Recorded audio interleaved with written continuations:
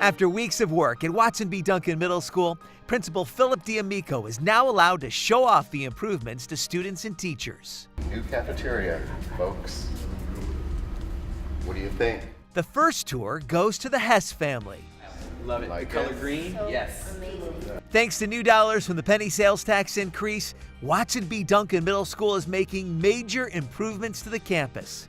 The cafeteria features a new tile floor, fresh paint, and renovations to the stage for student productions.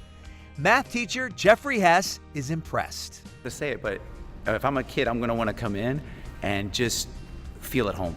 Ensuring the kids feel comfortable, safe, and ready to learn, a hard-working construction crew putting the finishing touches on the project, which also includes paving the parking lot, installing audio enhancements, and redoing the bathrooms. It's bright, it's not depressing, and I think everything makes a difference in the learning process. Incoming sixth grader Penelope Hess is excited and proud to attend her beautiful new school. I'm gonna do well in school, and that my friends are also gonna do well because they're gonna really like the new changes.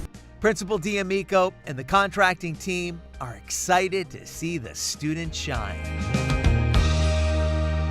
I'm Rick Blackwell for the Education Network, keeping you informed.